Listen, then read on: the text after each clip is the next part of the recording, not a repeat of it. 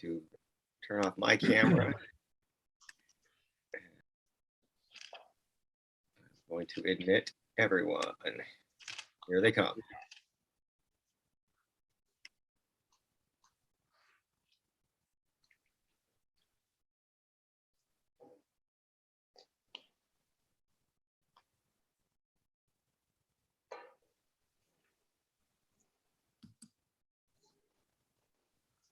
Great. Is everyone in, Robert? Yes, we're ready to begin. Fantastic. Okay. Want to welcome everyone to tonight's lecture. This is being recorded, live stream. And for those who don't know me, I'm Evan Douglas, the Dean of the School of Architecture at Rensselaer Polytechnic Institute. I want to preface by saying that the lecture is sponsored by Architecture Plus, very generous of them to support the School of Architecture. In fact, they provide funds for an annual lecture. They're a terrific firm in downtown Troy that has national reach, and they also are really good friends of the School of Architecture here. It's a great pleasure and honor to introduce this evening's speaker, Gonzalo Diez Ponce, the co-founder and principal of the widely acclaimed firm Diez Muller, based in Quito, Ecuador.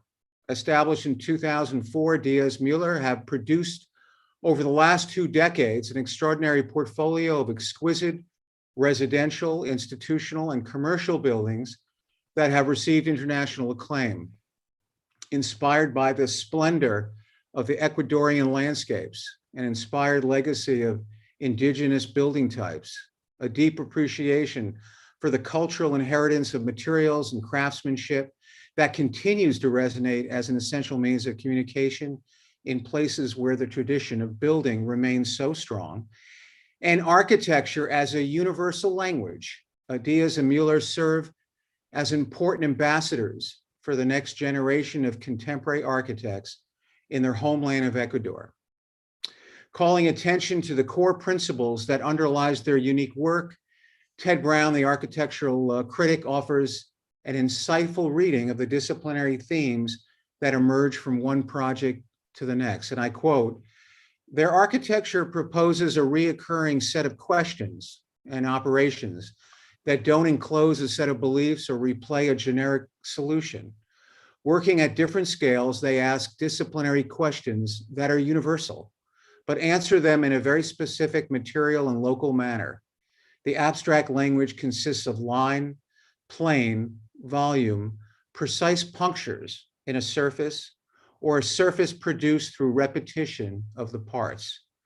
The material language in each project makes different claims about what constitutes the ground, about what is the spatial extension of interior to exterior, and how to address enclosure, how to articulate in spatial volumes the social program." It's an impressive practice that continues to evolve in terms of the increased complexity of the building programs and sites, the changing scales of the projects, and most importantly, the larger impact their buildings have had on the surrounding communities. It's certainly an exciting firm to watch in the coming years ahead. Please welcome Gonzalo Diez Ponce to RPI. Thank you very much, Doug. Thank you, Robert, for the invitation. We are very, very excited to be talking and showing some of the work we've been doing. Two decades sounds like I'm a little older than. It's almost 2 decades. My partner Felipe couldn't make it today, but well, I'm going to show some of the work that we're doing in our office. We've had our office for 17 years already. As you said, Doug, we work in Quito, Ecuador, and we do various types of projects and typologies, and nothing. Hopefully, you'll enjoy and see some work that is maybe different from what has been done in the States in terms of location, which I think makes a big difference. Let me share. Looking forward. Let me know if you can see. Yes, Okay. absolutely. Okay, I'm going to start. Our today's talk is called Architecture as a Coherent Act. We, as I said, we're a design office in Quito, Ecuador. We do all kinds of projects and all kinds of scales and typologies, from small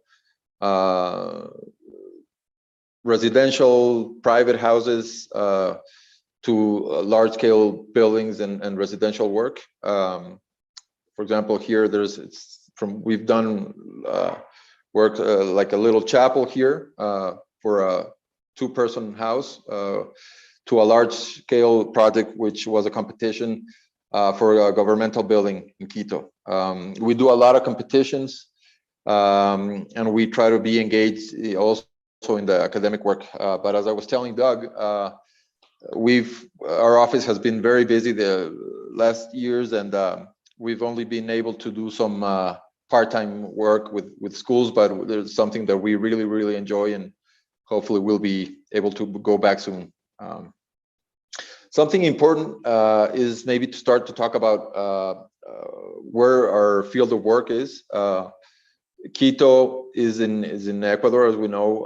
Ecuador is in latitude 0, right on the equator. That's what's called Ecuador. And Ecuador has mountains, has the Andes, has the coast, and has the jungle. We live in the highlands, in the mountains in Quito. This is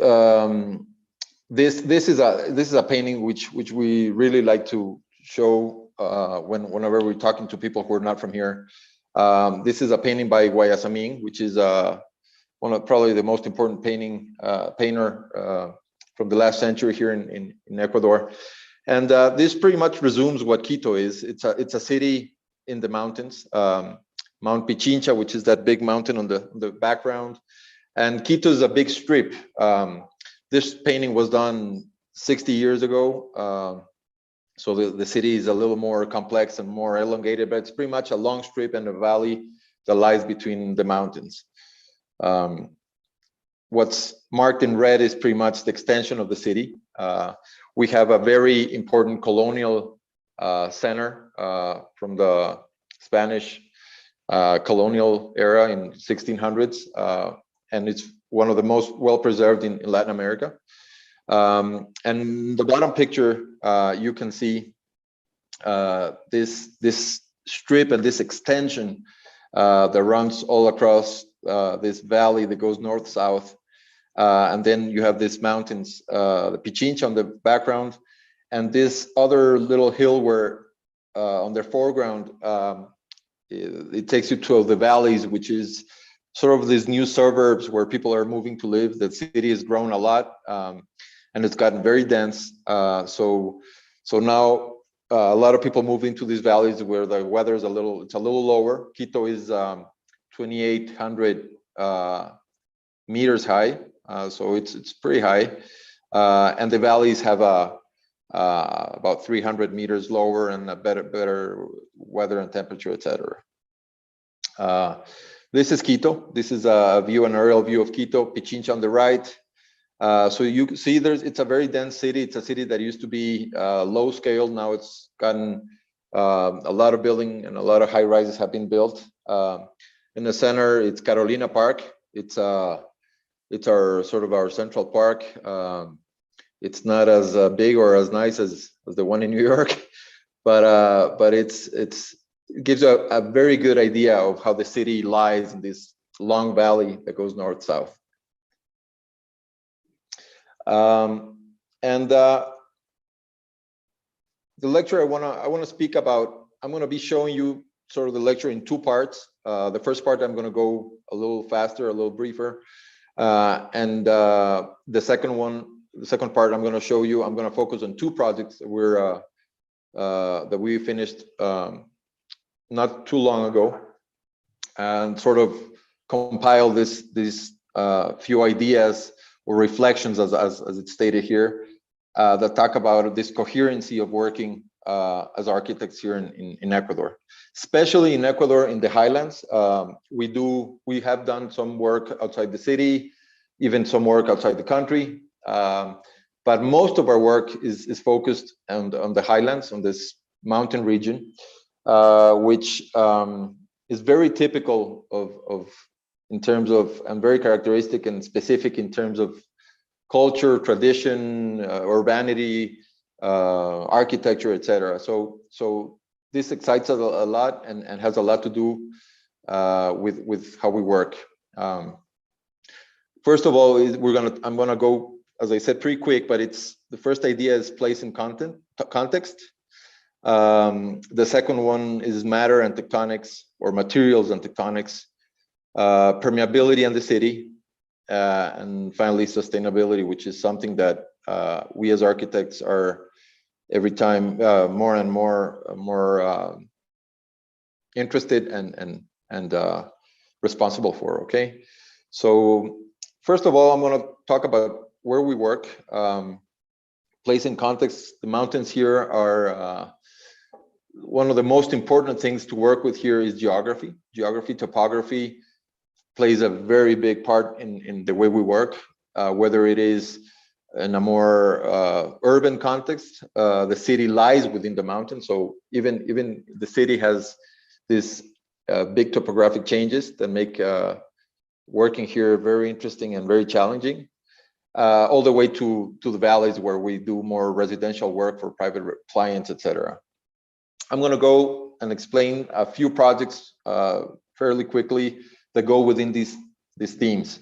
These 4 themes that I talked about, I'm going to be speaking about, sort of correlate and pretty much go hand in hand in every project we do, almost every project we do. So whether it is a more rural project or a more urban project, whether it's a large scale or a small scale, we're always thinking and reinforcing these ideas in terms of how we want to think about architecture. This first project I'm going to show I want to show you, it's a big canyon with a river, and we had a site for a client, which is a contractor that we've worked with in many projects, and he has built a lot of the houses we've done. And here you can really see what I'm talking about. This sort of big canyon where the mountains and the scenery is such a big part of what the experience has to be. The views, the way how you treat the topography, how you work and situate the buildings in terms of these mountains is something very important. This house is one that we're going to be starting construction fairly soon, and it talks about the relationship of this element that sort of receives you in a very discreet and almost invisible manner from the top of the hill, and then opens up towards the canyon and the views. And then those interior spaces sort of give you a glimpse of what the views and the spaces and the relationship to the landscape is going to be. This is another house we finished a couple of years ago. Again, it's a very different site, but it's also, you can see again the topography and the relationship to the landscape. This is more of a wooden area, and again, working in these steep sites and these hills makes the views such a big part of what the clients look for and what we have to resolve in terms of the projects. Our process is I think the most important part of how we work, or what we produce. We're as much or even more excited about how we go through these projects and develop these projects as the final product. A lot of model making, a lot of drawing, even freehand drawing. You can see some of the utilities here, some of the stuff I used to own when I was in school, and I still own them.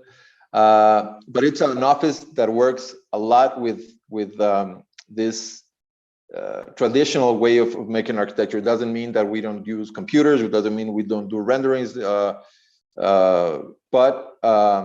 it's a very, very hands-on process in terms of how we study the projects, as in this case, where we're going to situate the house in terms of the topography, orientation, views, etc.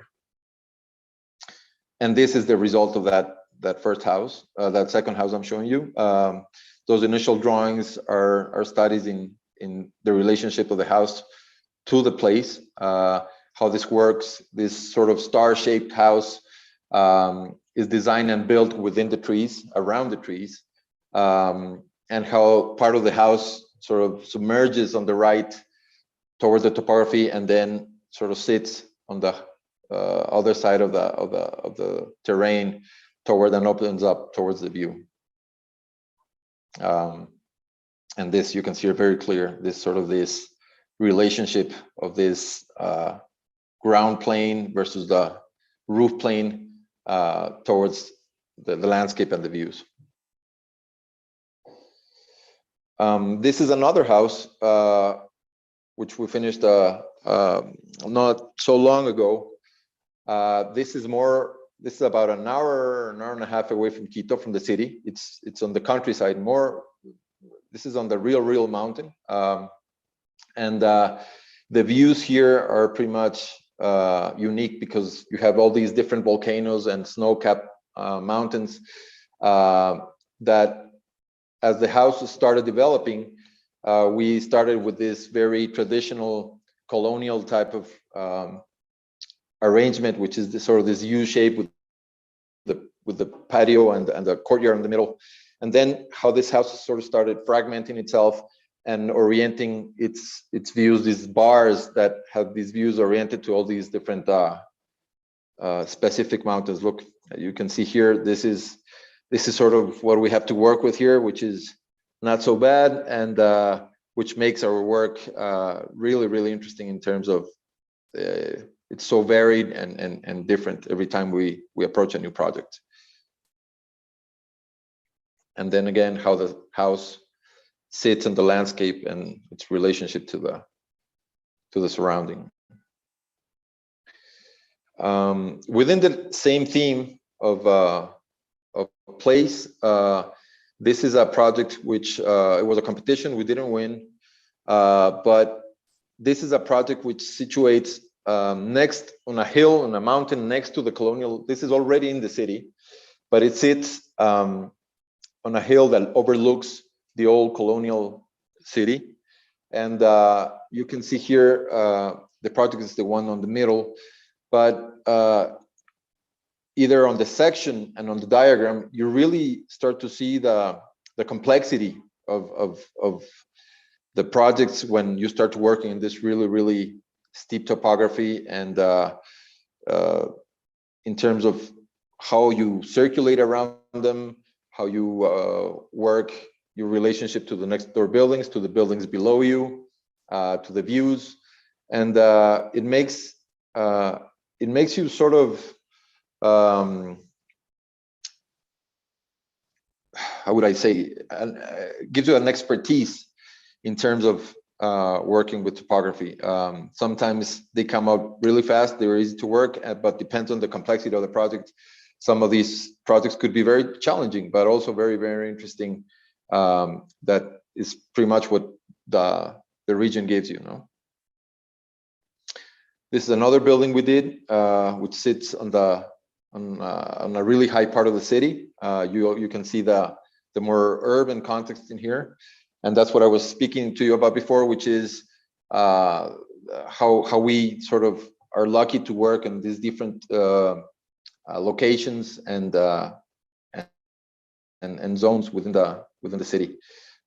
This is a building that sits on an existing stone podium that used to be an old house, which is sort of this white, pristine project, looks over the views, but sits in this existing retaining stone wall that used to be part of the collective memory of all these old neighborhoods that used to contain these elevated gardens and platforms for all the houses that used to exist here a long time ago.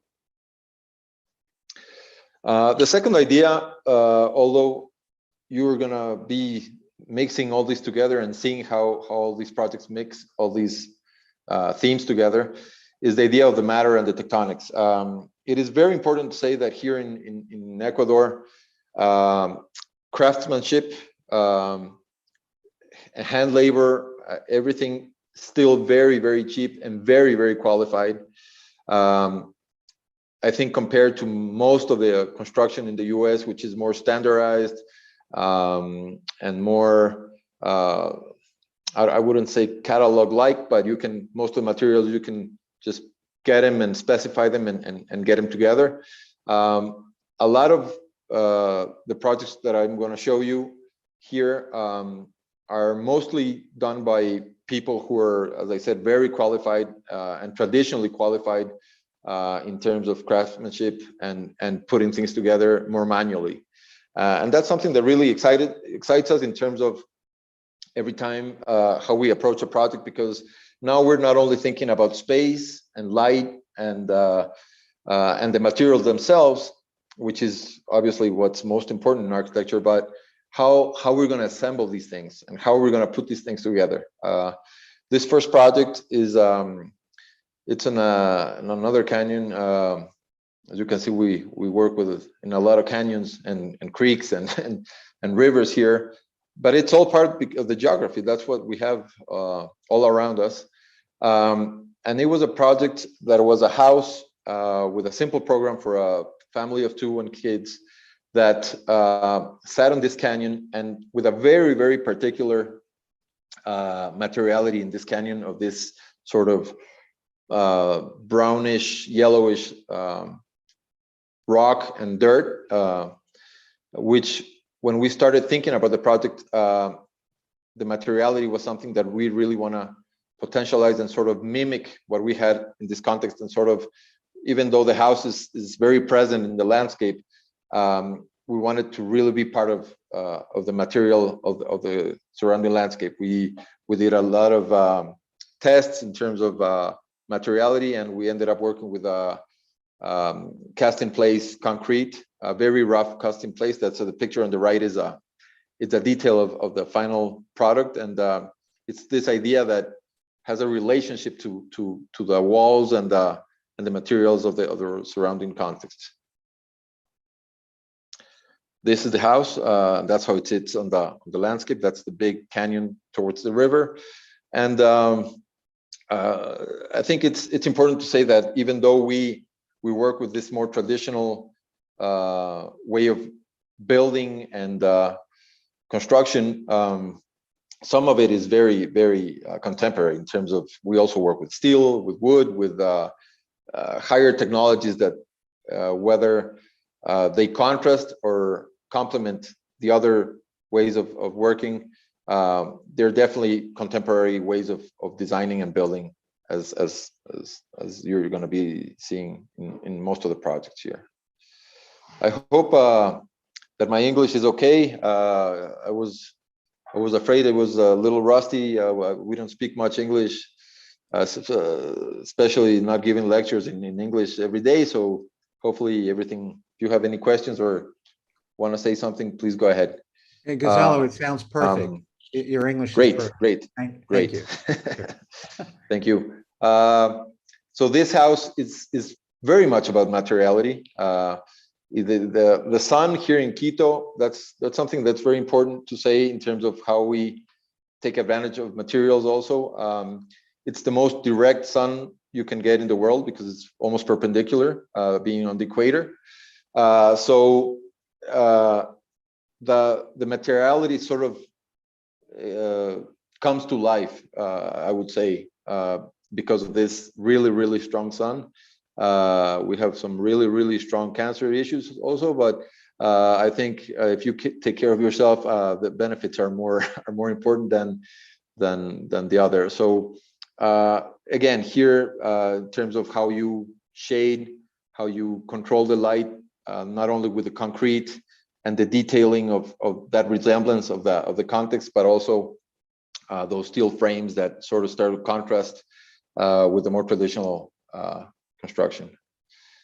Stone is a very, very important material here, which is very cheap still to work with, and it's real stone. This is a house we did a while back. This is one of the earliest houses we did, and it's about this house that sits on this very heavy retaining wall, this stone retaining wall, and has this lighter structure and roof on top of it. But I don't want to show you all these projects in detail. I just want to sort of start to show you the importance of the materiality and the easiness of working, not the easiness of the technique or the design, because that's never easy, and you have to really think about what you're doing and how you're putting things together.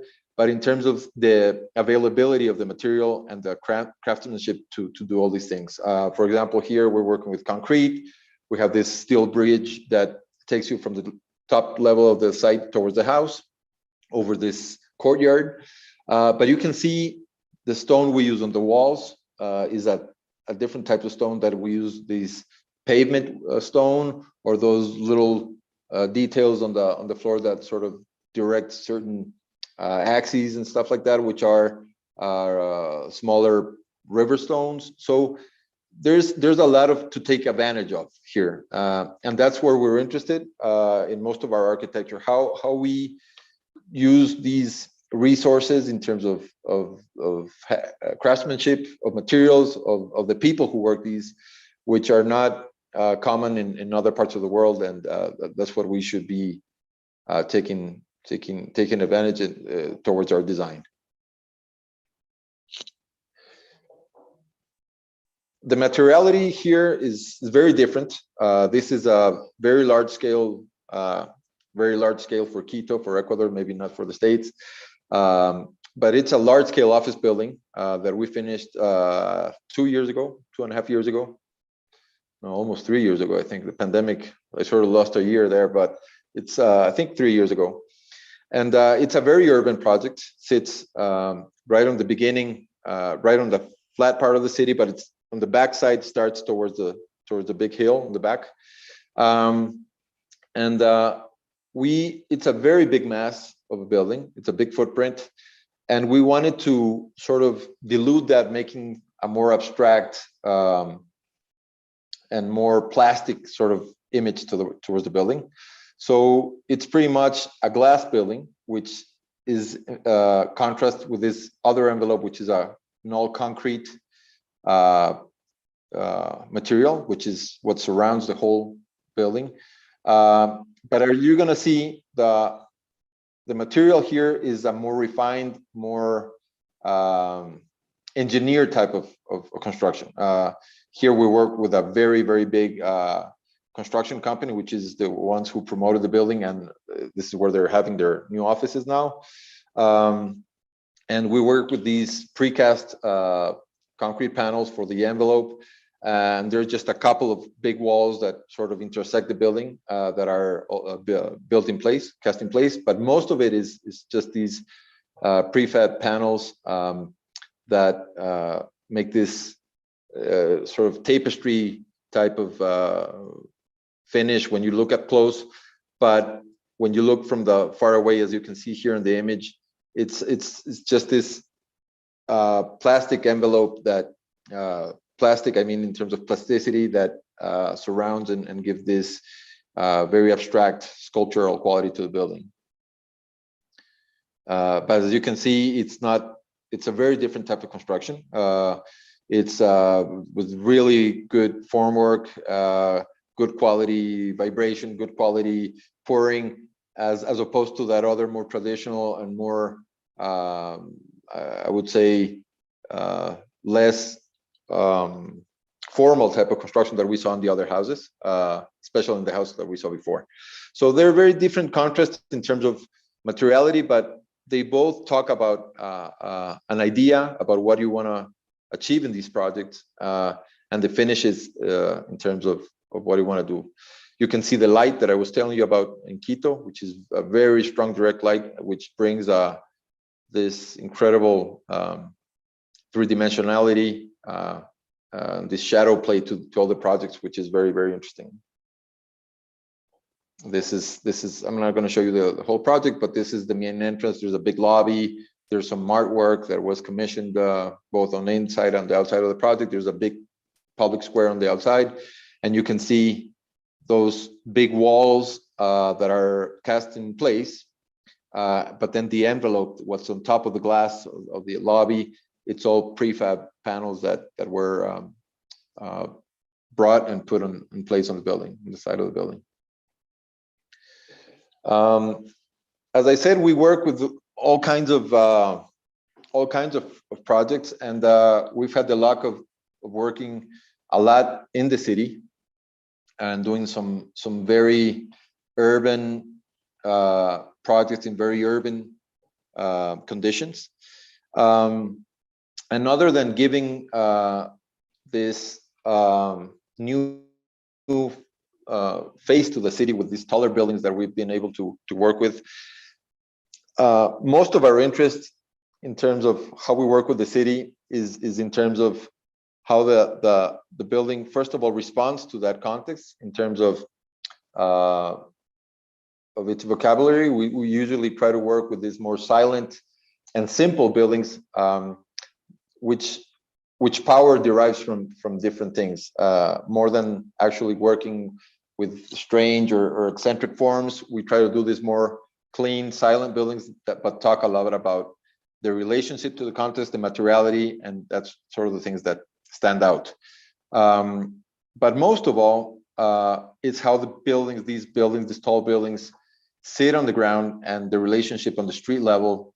That's what really interests us and makes the difference between having this just tall building that you can look from afar, or having these buildings that contribute somehow to the public realm and the city.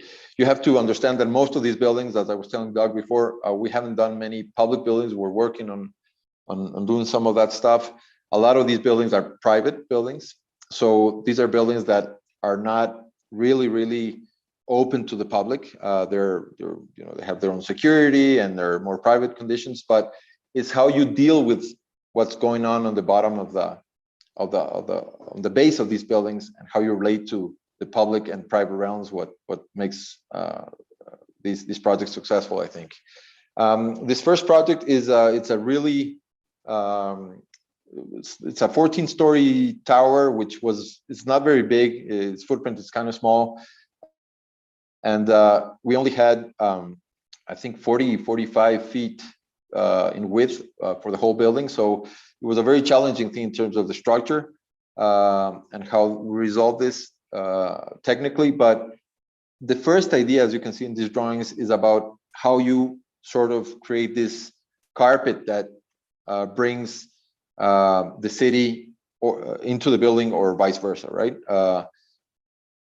This is the building. As I said, it's a simple tower which talks very clearly about the relationship to the next door buildings in a more enclosed facade that faces the east and west sun in Quito, which is the most powerful one, where you have to be careful with.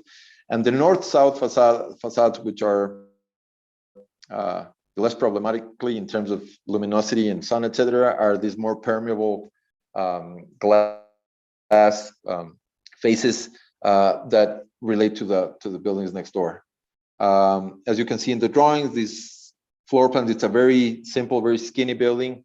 But on the one on the left, you can see this sort of open plaza or square that somehow relates to the city. And even though the site is not very big and the plaza isn't that big, it actually looks a little bigger than it is in this picture.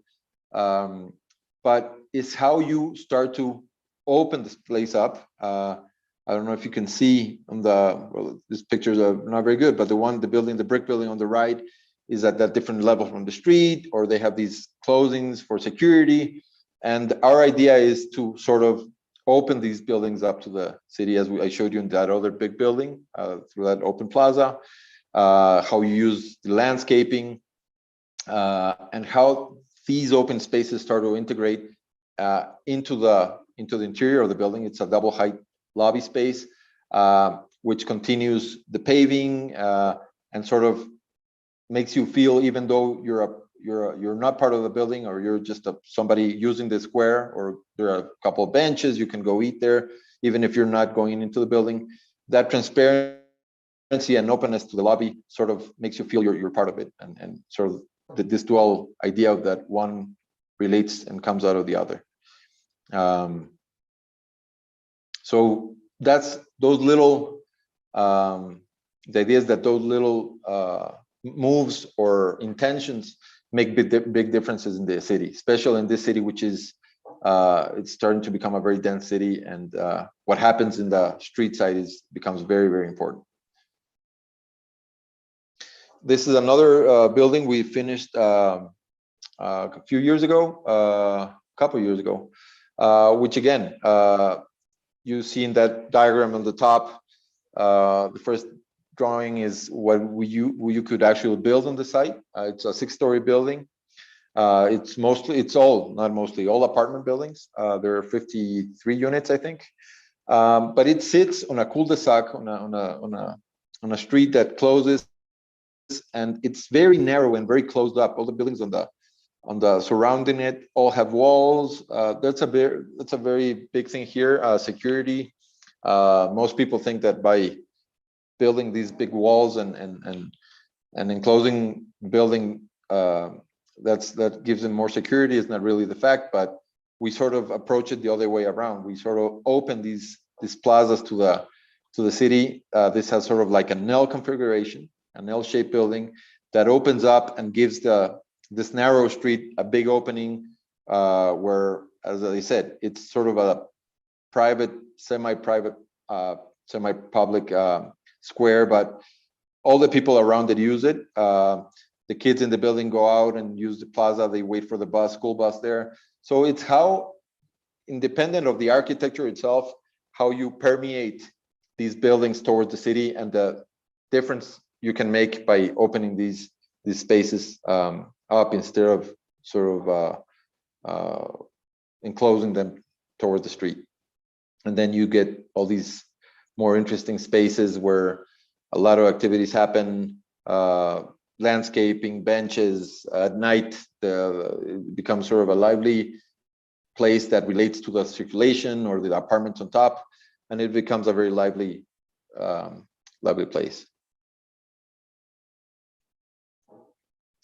And the last idea, before I go into these two specific projects, which are going to be containing most of these ideas, that's why I chose those projects that I want to go into a little more deeper, is the idea of sustainability. That's something that we're working on every day a little more. That's becoming a big part of what we do as architects. I think maybe a little slower or behind what's happening maybe in more developed countries like the US or Europe, but it's catching up fairly quickly, and it's something that we're very interested in and hopefully taking in consideration for most of our projects in the future. This is that big concrete office building that I showed you. It conceptually is the idea of, it sits right in front of a big park that you can see on the image on the top, and it's the idea of bringing this greenery and landscape into the building, whether it's in these elevated gardens every 2 levels. On this back, this is where I told you that the flatness of the site starts picking up towards the hill on the top, so it has a relationship to the mountain, to the greenery, and on the terrace, which as you can see, most of the spaces, the communal spaces of the building that are not private offices, are very green and very integrated to the city. This is one of the first LEED silver buildings that were approved here in Ecuador.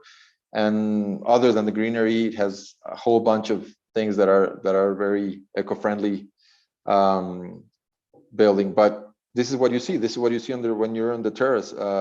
It's not just a green roof, but it's a very, very what would you call? You sort of feel like you're in a house more than a building itself.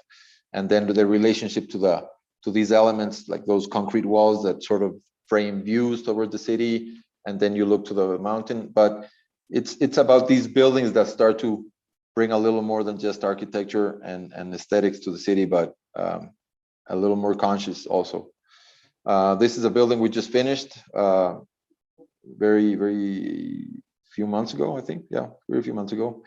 And it's also an apartment building in the city, which is very dense. It's a 15-story building, but it sort of works around this big atrium or courtyard that sort of brings all the elements of a more sustainable building. It works as brings all the air from the bottom and exits on the top.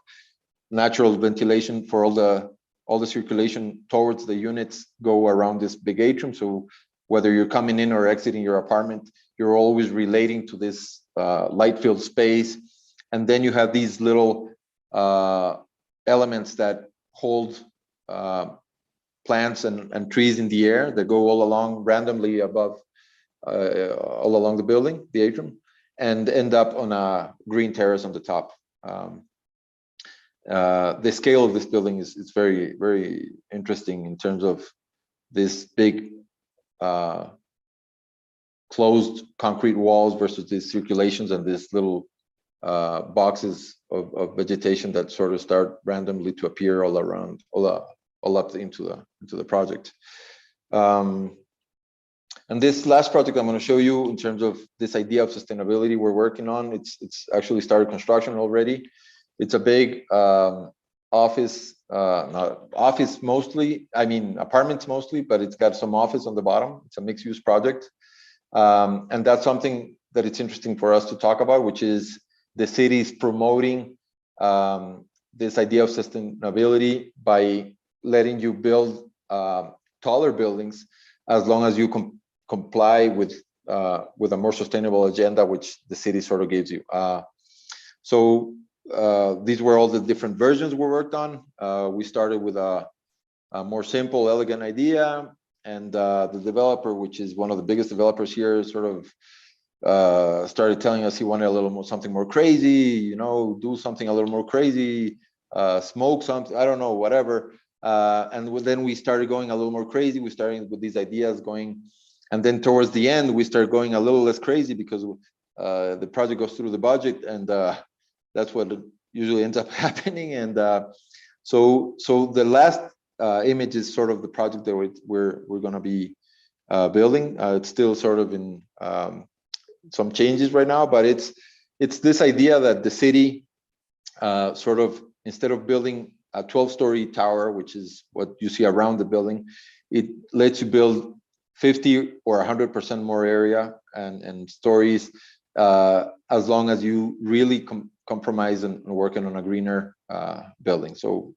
these ideas that are working here, and hopefully these are a little bit of the first projects that are being done like that. So hopefully it's going to work, and it's going to make a big difference here in the city. Obviously, the city is going to change a lot because the city is going to start growing taller. But it's this idea that cities start to sort of work in a smaller nucleus where all the activities are around where you live, where you work. There's a metro. There's a metro being built in the city, which is going to have these centralities that are going to be these places where you can have these taller buildings and have a more compact type of living, which is what the city is trying to promote. And now I'm going to go a little deeper into two projects that we're sort of, as I said, talk about a lot of the ideas that I that I talked about before. One of them is the Natura Building, which is a project we finished 2 years ago. This is where we have our office. My partner Felipe lives here also. There's a 70% it's a mixed-use project. 70% of the project is office space, and 30% is residential. There's only 5 apartments and around 25 offices. but it's a project that we enjoyed a lot and are very proud of, because it makes talks about a lot of the ideas and the way we want to start living and projecting buildings as architects. This is, as I showed you in one of the first images, you have the city, which is on this plateau, and then over the hill you have all these valleys that are growing very fast. And this is in one of those valleys, which is the one that's pretty much growing the fastest. And what's nice is that it's still situated, as you can see here, on a very green area. Very it used to be a more residential area. Now that's changing a lot. There's a few buildings more getting built here, but it's a building that really talks about the way of life that you have on these valleys, which is a direct contact to nature, which is a little less evident in the city, which is a little harder, a little less green, and how you want to start projecting these buildings that are not only these houses that sit on these open landscapes, but they're a little more dense, but really respond to these ideas of climate, of topography, of nature, of greenery and materiality. This is what we saw the first time we walked towards the project, where we ended up doing the project. It's a pebble stone road with a bunch of palm trees on the side. These are highland palm trees. It's not the typical palm trees. It's different. It's a little shorter, but it's more. They're wider. They're a little fatter. So we started understanding this place as a very green, very low-key type of place. There are still a lot of residential houses here. So we thought that we really had to maintain and respect the greenery, the scale, and the relationship of the building to the street and to the neighborhood. Even though this was going to be an office building, we didn't want to do this very open, very permeable building, but something that respected and went with the materiality of the surrounding houses and context, and maybe turn it outside in. So what really matters and becomes important is what's happening on the inside. This is the first part is some diagrams that talk about the site itself. There's a one-story difference in levels from the street side towards the back of the site. And as you can see, there were a bunch of really, really old and important trees that we wanted to save, and we didn't want to come in and do a rasa tabla, but instead of sort of maintain as much of the greenery as we could. There were a few trees that weren't worth much, but most of the trees were old trees and important trees that we wanted to maintain. So pretty much the layout and how the plan works is a response to these trees that happened either on the back side where most of the trees were, on the middle of the site, and how this U-shaped plan starts to work within these and outs, ins and outs, that start to respect and leave these existing trees alone, which when the project was finished were part of, it seemed like the building had been here for a really long time, and that's because we kept all these really old trees, which is the most important thing we wanted to do within this project. As I said, there's this U-shaped project, which from the outside works as a very enclosed, silent, and discreet building. As you can understand, all this neighborhood, which is mostly residential around it, always has this fear of this bigger building coming to I don't know, contaminate this smaller scale type of neighborhood. So that's something we would really want to be careful with. It's only a 3-story building. And it's, first of all, it's a very enclosed facade with few punctured windows and openings towards the street. So there's a big privacy between the office spaces and the existing neighborhood. But it's a very, very permeable and open space on the ground floor, which is really the main idea of what we wanted to do towards the context. It's a white brick construction, mostly, and some exposed concrete in terms of how these brick walls are sustained, and this materiality starts to talk to the neighborhood. A lot of the houses across the street and next door are brick houses. Some are white brick. So we wanted to do this very contemporary building, which talked about this new modernity, I would say, in the valley, which is a little more traditional and rustic type of architecture. But the materiality helped us a lot in terms of achieving that sort of low-key, more traditional type of architecture. Sort of reminds me of Alvar Aalto in terms of how he managed to do these very present and modern buildings, but really related to the context and the country, right? As I said, it opens up through this series of patios and openings and exterior gardens and spaces. And what happens is, as you can see on the left of the drawing, it goes from these sort of filters from the street, which are these green gardens and patios, and this very enclosed sort of blind facade towards the street, into this 3.5-story atrium, which sort of explodes once you come in. So it's that's something we really try to do in our projects, which is not sort of discover while we arrive at the projects, and how we move around the projects, we start discovering, and that's something that happens.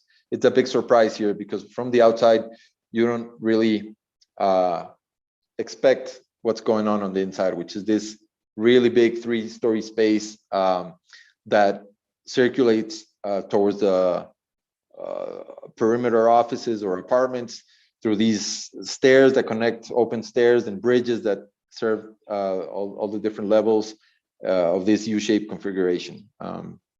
And again, the light towards the material, which is for us something that we really gotta take advantage of. It's what brings these materials to life, this Quito sun, which is really amazing.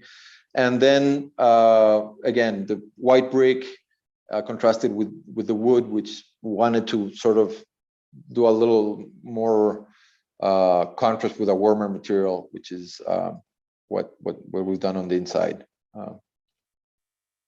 It's a place where during the day sort of promotes people not only moving from place to place in this big atrium and circulations, open circulations, but through a series of stairways, sitting areas. There's even sort of like outdoor tables and chairs where people have lunch, go work on their computer there. Sort of like a co-working areas, outside co-working areas, which are very, very successful in terms of how people relate inside the building. So we wanted to make this space not only for the use of the office or the people who work there, but for other types of activities too. This is a yoga class, being instructed by my wife, which is the one on the left. When she told me she wanted to do this, I told her I see enough of her at home. Why did she want to come to my office? But I was just kidding. And this is the type of activities that we want to promote in these areas. We want to do some art installations, art exhibits, yoga classes, to make this space the liveliest we can, as much as it is already with the people who work and move around these open areas. As you can see, there's from the left, which is the street level, the atrium sort of terraces down to the right, and ends up in this garden, which you see on the top right picture, through these stairs and platforms, ends up in this big area of greenery, which was most of the existing trees of the site, and it's open on the bottom. So what happens is the air comes in and usually comes up to the other side or on the top of the atrium, and it's a very fresh, even though there's a lot of sunlight coming in, it's a very tempered and nice place to be in. But again, you see the idea, and this is probably what a series of images that are what excite us mostly about the project, which is this idea of working and living in this very, very green and old landscape that existed in the original site. So this is what we worked from the top image on the left, which is all this greenery hanging from these levels on the atrium, all the way to these gardens on the back, and how they relate to the different spaces. So being these really old buildings, for example, on the image on the bottom left, our office is on the top floor, but we have these trees that go from the 4th story down all the way up, and an outside space we have in our office. It's very nice to be related to these top of these trees and the views, etc. So this is a project that sort of works with all the ideas that we talked about before, in terms of being able to have a piece of architecture that talks about materiality, space, greenery, sustainability, and the relationship and how it deals with the context in the city, which is really, really important to us. A few more images of this. This is an office space on the left and an apartment on the right. A courtyard for an apartment on the left. On the bottom right is our office. This is, I think, the last time our office was this clean and neat. For this picture, it's pretty messy right now, but this whole idea of bringing the materiality into the place and the views and these courtyards with these existing trees is pretty much the whole idea of this really nice project. And the last project I'm going to show you is one that we finished not very long ago. I think it was a month ago or so. They're just moving into the project. And the story of this project is very interesting because it's a really good client. We designed the house for the owner of this business, which is it's a business that sells melaminic panels. I don't know if that's what you call them, but it's they use those for doing all types of cabinetry, kitchens, and they sell. It's the biggest company in Latin America, so they've grown a lot. And the top image is what they used to have. This is what we found in the site when they invited us. The program for the project they asked us for was their new corporate offices. This is where the plant was. This is a big industry. And what we saw when we came in, there's a big highway that rises towards this building. We saw two things that sort of got our attention, which was this big sort of irregular inclined lawn that sort of sat in front of the big industry and what they wanted really was for us to design a 3 or 4 story building that sat on a little parking area that they had on the left. You see the picture on the right, the bottom right. There's on the left side all those cars. That was a parking area they had, and you can also see it on the site plan. And that's what they saw and told us they wanted to build their offices. But when we got there, we got really excited about this sort of snake-like area, green area, which they didn't know what to do with it. They were just going to leave it like that.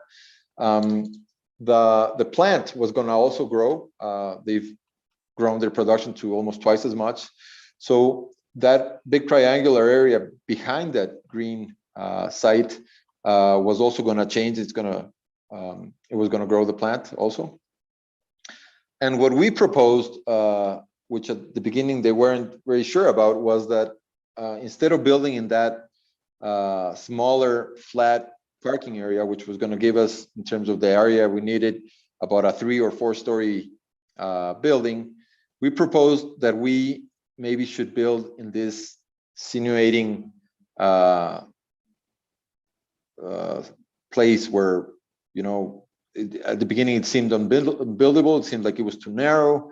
And we did a series of studies where in both plan and these sort of ideas and drawings that started to explain that it could be done and it would be a much interesting and better working project for them. It was only going to be a 2-story project, a more horizontal type of working space, which is what they really needed.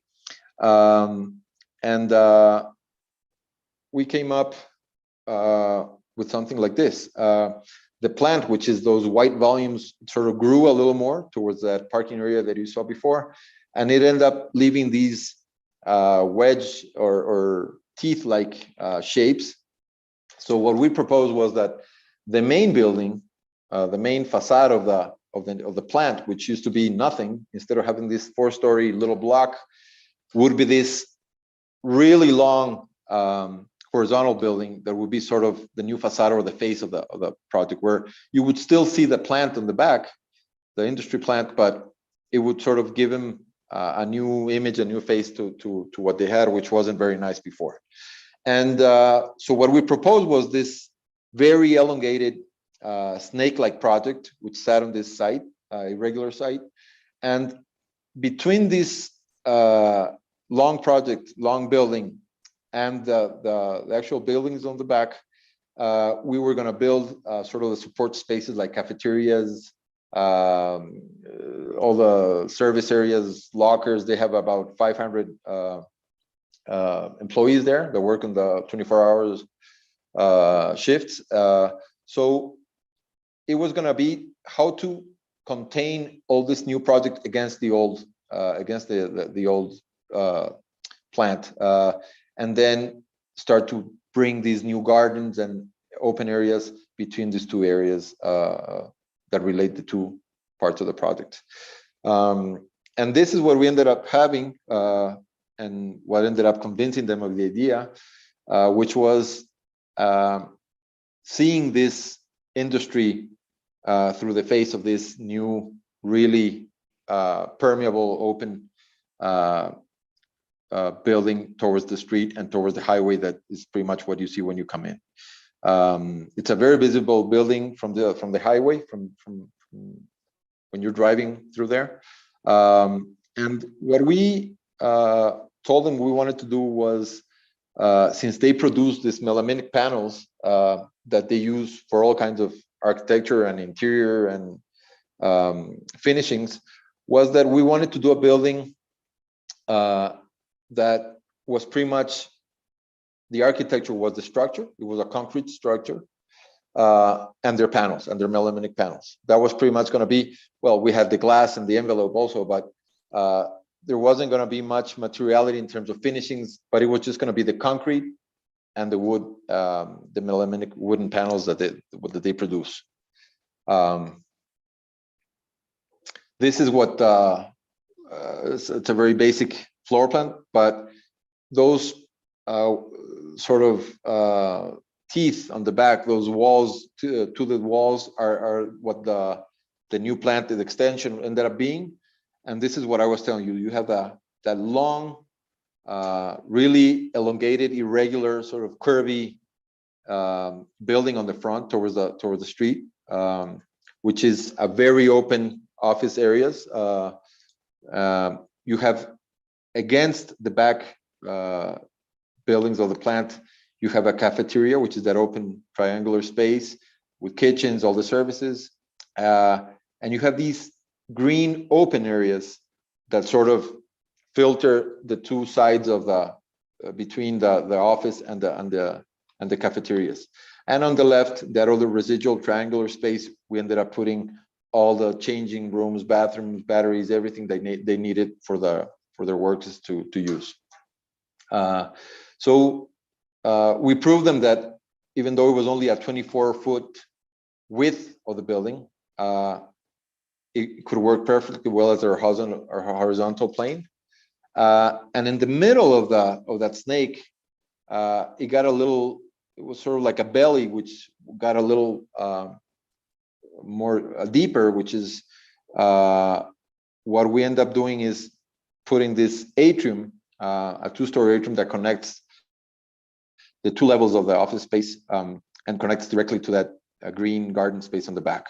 So we sort of argued that instead of doing this 3 or 4 story building that wasn't going to have much connection between the users, we really wanted to make this more horizontal, open way of working and sort of relating of the people. This is one of the first renderings that we did of that main atrium. And you sort of start seeing our idea of doing this all concrete building in terms of what the structure, everything is exposed. All the slabs on the top are exposed. Most of the electrical and all the systems are within the slabs are very few seen.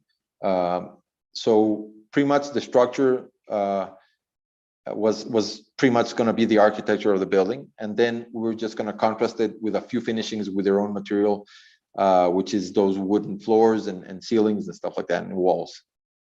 There's a few studies. That watercolor on the right is one of the original ideas that sort of gotten hooked on the potentiality of this idea, and then some drawings on the top of the atrium in the section, also being a very steep site towards the bottom. Here you can see the section. We do a lot of also models and section models. You can see the relationship of the building, the atrium, the relationship to the view on the right, but also to the back of the garden and the cafeteria, which is going to have direct visual relationship between the building and the back. These are some construction photos. I show you because since we thought that the building was going to be pretty much only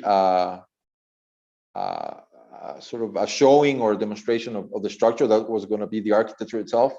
We really thought through in terms of what we wanted to do with the structure. It wasn't a structure that was going to be later on covered by finishings and facades, but the whole architecture is part of this vocabulary. So we ended up doing these 2 rows of columns all around this wavy shaped building. And then we're going to have these angled sides on that ended up being started going from the beams that hold the columns towards these very thin slabs on the front, which made it a very, very delicate sort of plates that we're going to be seeing on the front of the building all around this long facade. What we also ended up doing was, since part of this building, because of the angle of the wavy form, faced afternoon light and sun, we did this system of louvers, which is this right here, made of their own material. So it's incredible because they have no reservations in terms of using all the material they wanted.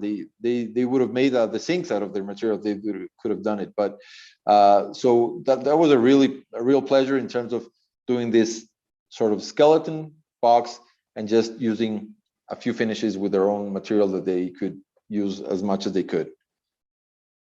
Here on the drawing on the left, you can see it's just the structure. Sort of some of the piping and technical stuff hidden within the slabs, and then what's represented in yellow is the contrast to their material. That was it. It's just a very simple but very powerful building. The image on the top is during construction, and we haven't taken real professional pictures yet of this building, but I'm going to show you a few that we took. This is the finished building on the bottom, and this is what I was talking about, making this, instead of bringing the green buildings, which aren't very nice, to the first plane, it sort of go to the background with this new facade that pretty much extends all along the site. This is, as I said, these aren't very good pictures, but this is the finished area. This is the main atrium. This is that big staircase that they do a bunch of workshops and a bunch of activities there. And then the circulation around the atrium that serves the offices on the right. It's, again, a very luminous building, a lot of greenery. Since it's a very narrow building, there's no need for much artificial light. Most of the light comes from both sides of the windows, so it's works very well in terms of how energetic function. This is an image of the parking area that goes right into the atrium, and as the right image on the right, which isn't finished, but you can see the dynamism of the shape of the building, which is what we saw on the first day we visited that place, and said this is where it has to be. This is this sinuous curve and these beams and very sort of sexy shapes that make it a space more interesting than just having an orthogonal rectilinear building. And again, you see the materialities, just these concrete walls and floorings that contrast with these wooden panelings on the floors, on the ceilings, and on the offices that are more enclosed on the left. And I guess that's it. I'm going to stop there. There's one more project, but I'm going to start there because I think that's it. So thank you very much for your time. I hope it wasn't too long, and I'm ready for any questions if you have any. Thank you. Gonzalo, thank you. That was spectacular. Your camera's off now. I don't know if you're aware of that. Hold on. Yeah. Well, as I mentioned to you before we started, if you had come to RPI and you would have presented in the Nicholas Grimshaw building, there would have been a wonderful ovation.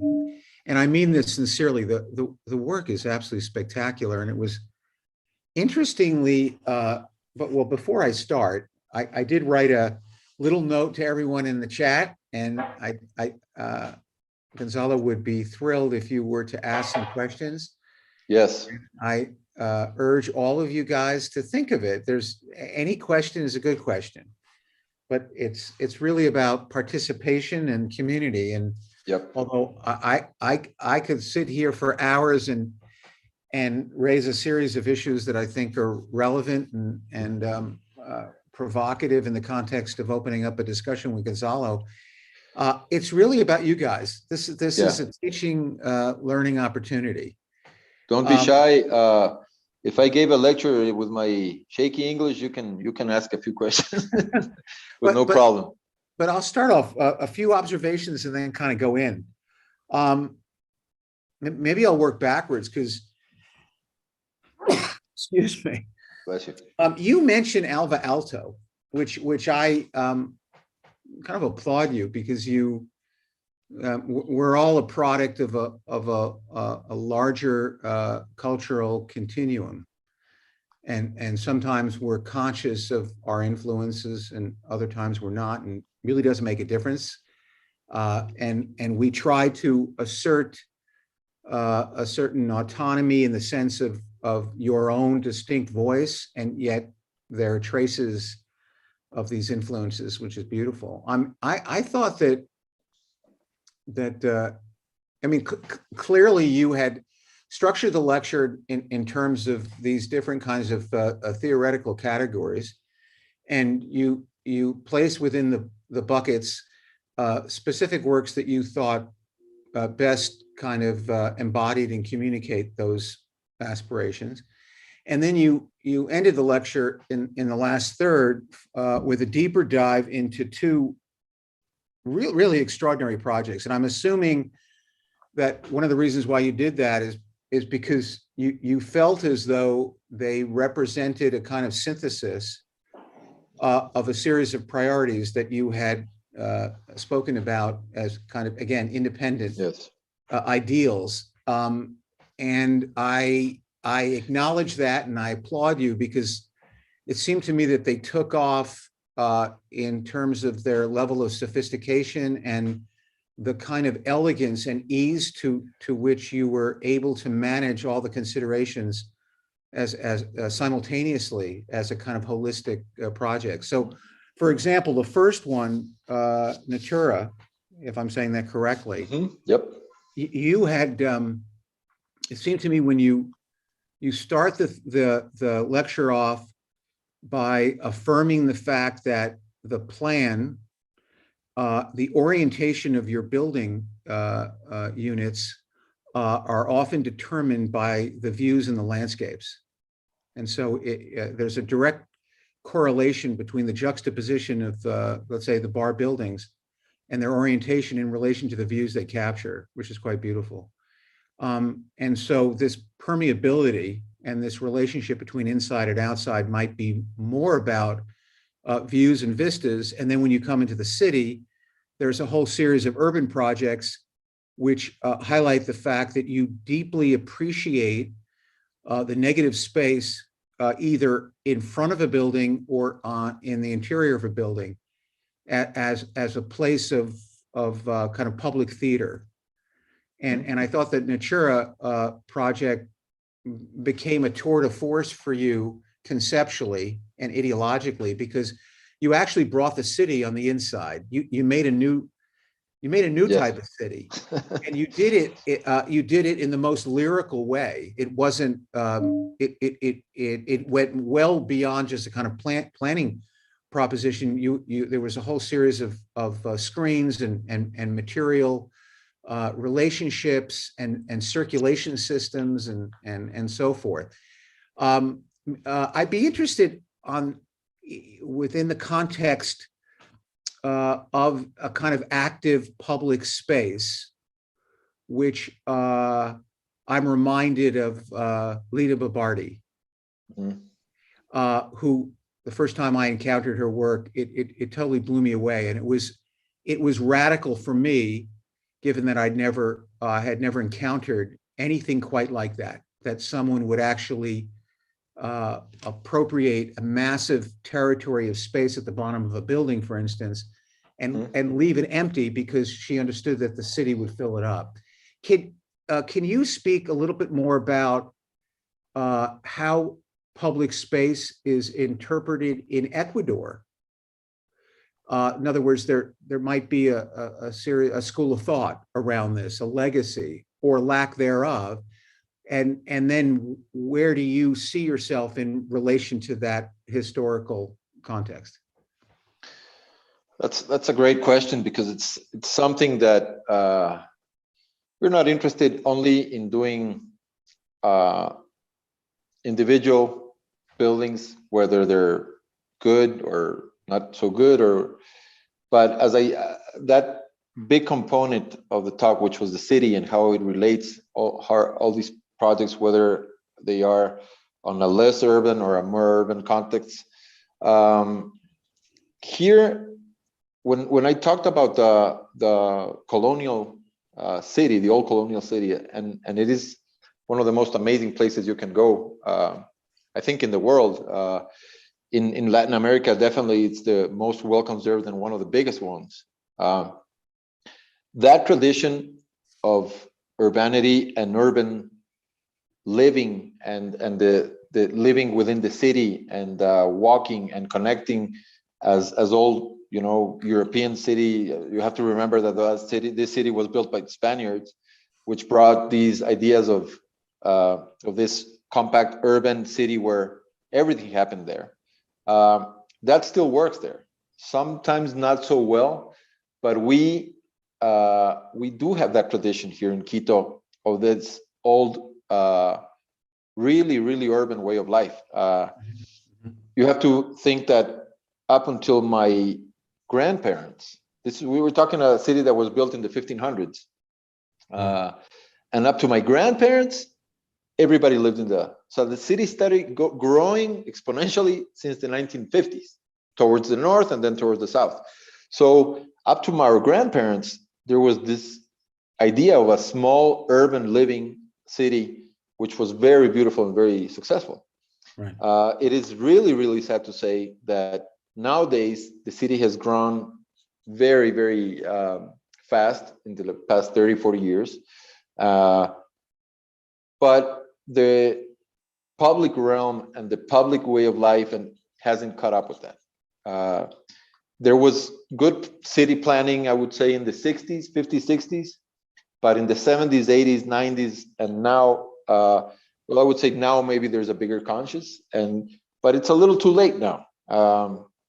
The city is a city that maybe in a couple of areas works well in a public realm in terms of activity, whatever the important activities of a city are. But the rest is a city that works through the car, that is very enclosed. As I showed you, most buildings build their walls around it. Security is a big issue here. So the city, instead of opening up more and more to the city and people having this more public, open way of life in the city, people are sort of closing up against, away from the city, Mostly it's security. Right now, another issue is that public projects haven't been managed well. As you know, the best public projects aren't usually the ones that are a result of a good architect or a good planner, but of also a good public administration. And, that's what cities like Colombia and Medellin, or even the States, what's happening in the big cities in the States, which are transforming the cities into these incredible urban areas and public spaces.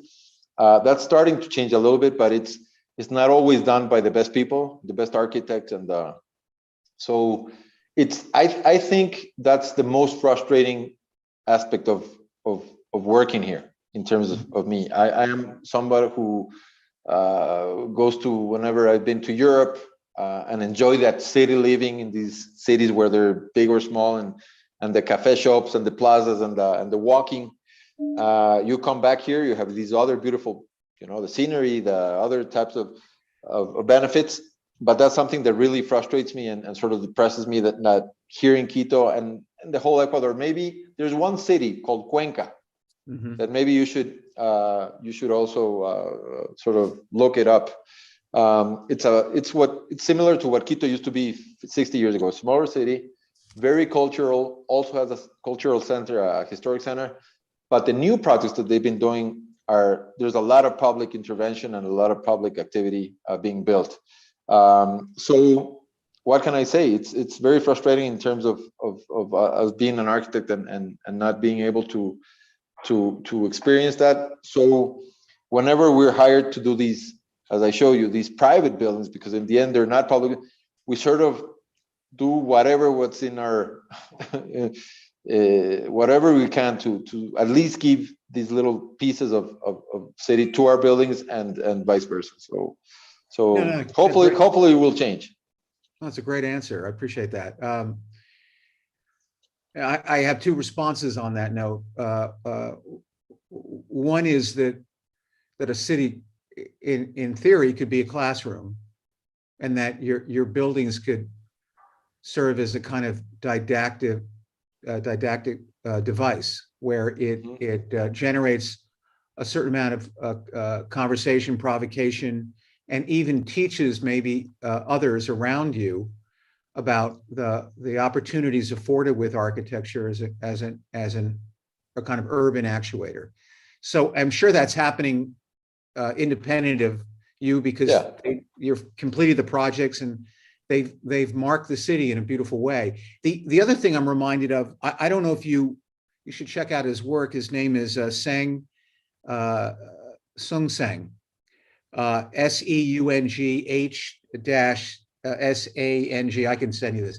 He's a great architect from South Korea, and he established a really close relationship with the president of South Korea, or the former president of South Korea.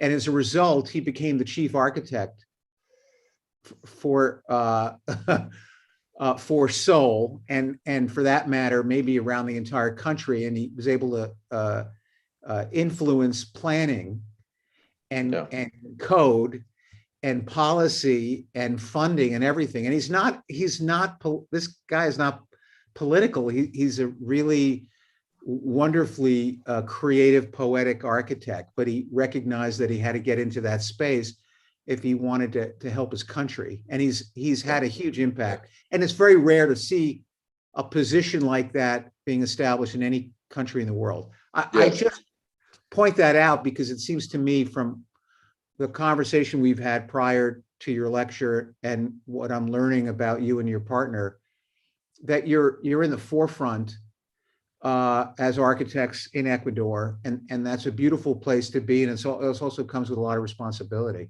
So in the context of trying to offer greater insight and direction about how cities might evolve, which you guys are certainly doing some beautiful things, it's a model to consider. That's all. Yes, I mean, don't think that we haven't thought about it. And I can think of many really good architects with really good intentions who've tried it. There's a friend of mine. She's an architect who worked with us for a while, and she somehow is involved with pretty much the municipality in terms of the city, which is what is going to make a difference here. But it's very difficult. It's very difficult. I think has a lot to do with where you work, the country you work, even the city you work. There are municipalities in Ecuador that work really well. We've had some really big problems with the last mayor in terms of corruption, and so sort of there hasn't. It's not that people haven't tried it, and some really good options have been there to make a difference. But and the little that has changed is because of these people. But it's very difficult. A lot of people go in there with the best intentions, and after 3-4 months, they say I can't do anything here. It's enough. Corruption is going to kill me. It's developing countries, you know. It's not. I'm not saying that there's not corruption in the States, but these countries are corruption is serious. So I get it. And the lack of money, and the money goes where it shouldn't go. So it's really a struggle, and it's difficult. It's very difficult. But I agree completely. That's the city in Medellin, Colombia. Why the city changed and made such huge difference, because it came from inside the government, and they were the ones who made the difference with great architects and doing these open competitions. And so it's a model that hopefully someday will change. And I agree completely with you, but it hasn't been easy. It hasn't been easy. No. I appreciate that. And I'm going to now transition over to asking some of the questions that we've just received. But I just want to underscore the fact that the reason why I raised that, it certainly wasn't intended as a form of criticism. In fact, I thought your work was... No, but it should be. It should be. No, it was incredibly provocative as an intervention that could generate change. And I wanted to remind the students that there are many forms of the agency of architecture can manifest in a variety of ways, and one is through design as architect. Yeah, and by example, we, as I say, it's working with the city and trying to change things. I'm not saying it's impossible, but it's very difficult. We were once involved in a very public project that we sort of got together with other architects trying to, nothing really came out of that. But I think don't worry about trying to criticize that, because if somebody has the responsibility, is us, people who have access to do and are working in the city and are doing things in the city. So what we've done is, within the comfort of our office and our work, try to do things that make a difference and make other people see. And believe me, Natura has been incredible. Other than winning a few prizes in terms of the city and Bienal here in Ecuador, it has raised a lot of questions and new visions in terms of what architecture should be. The idea of the mixed use, the mixed use, people moving. We did this project in the valley because a lot of people live in the valley and commute to the city, huge traffic, huge, and this, we wanted to promote this idea of, this more concentrated living where you can do everything, this whole sustainable idea that there's no big mystery and everybody knows about it. But as you said, it's very easy to do it. Well, you have the work and you can put all your energy and beauty into it. Getting into that other situation, first of all, we would have to lose a lot of time of our office because it's a compromise that you really have to put a lot of time into.